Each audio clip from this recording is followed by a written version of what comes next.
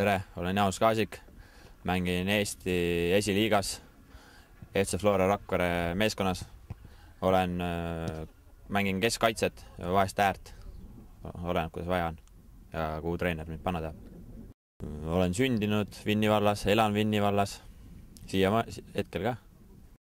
Noorena tegelesin ma päris paljude aladega, kergejõustik, korvpall, jalgpall ja siis kuskil 8, 9, 10 siis otsustasin jalgpalli kasuks ja läksin jalgpallitrenni ja hakkasin jalgpalli mängima. Ma sain kohe kiita ja öelda, et ma saan ilusti hakkama, aga eks ikka need, kes olid juba varem trennis käinud, olid alguses ikka paremad. Minu eelis oli see, et ma olin tegelenud mitmete aladega, korvpall, jalgpall, kergejõustik. Kindlasti peab olema suhtumine paigas. Et kui sa midagi teed südamega, siis sa ikka teed seda.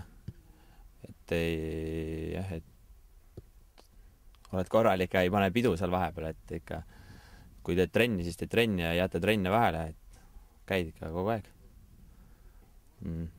Kindlasti peab olema tehnikat, kiirust, et jalgpallis läbi lüüa. Ilma selleta ei saa.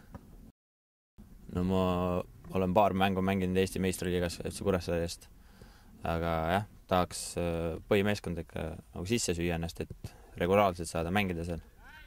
Aga selleks ma pean minema Tallinnasse, tööd saama ja siis saan korralikult trenni teha seal, et ma hetkel nagu saan väga vähe Tallinnas trennis käia. Muidu nagu ei tohiks probleemi olla meeskonna saamisega, aga trenni on vaja teha seal Tallinnas, teistega koos. Rakveres jääb tase natuke lahjaks, siin on 4. liiga. Iga eestlase unistus jalgpallis on jõuda kõrgele tasemele ja mängida võimalikult head jalgpalluritega koos. Ja võimalikult head tasemel, et Eesti tase nii kõva ei ole kindlasti. Aga selleks tuleb palju tööd teha, et sinna jõuda. Eestist võib saada jalgpalliriik kindlasti. Nagu me näeme, enamus Eesti koondislasi kõik mängivad välismaal ja kui nii edasi läheb, siis miks mitte.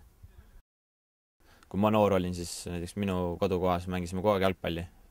Endast 5-6 aastat vanematega hetkel nagu ei tule nagu noori peale, kuskil pole näha seda.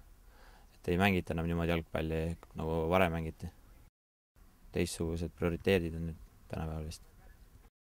Minu silmis kindlasti distsipliin on tähtis, et ei oleks niisama mölutamistrennis, et ikka käib nii, nagu treener ütleb ja treeneri sõna maksab. Et mängijad ei hakka vastu ja suhtumist kindlasti ja seda, kuidas mängija töötab teha. Et kui ta ikka suhtub kõvasti, siis ta saab platsile ka kindlasti ja Vinni vald on alati kõva vald olnud ja siin on head jalgpallurid.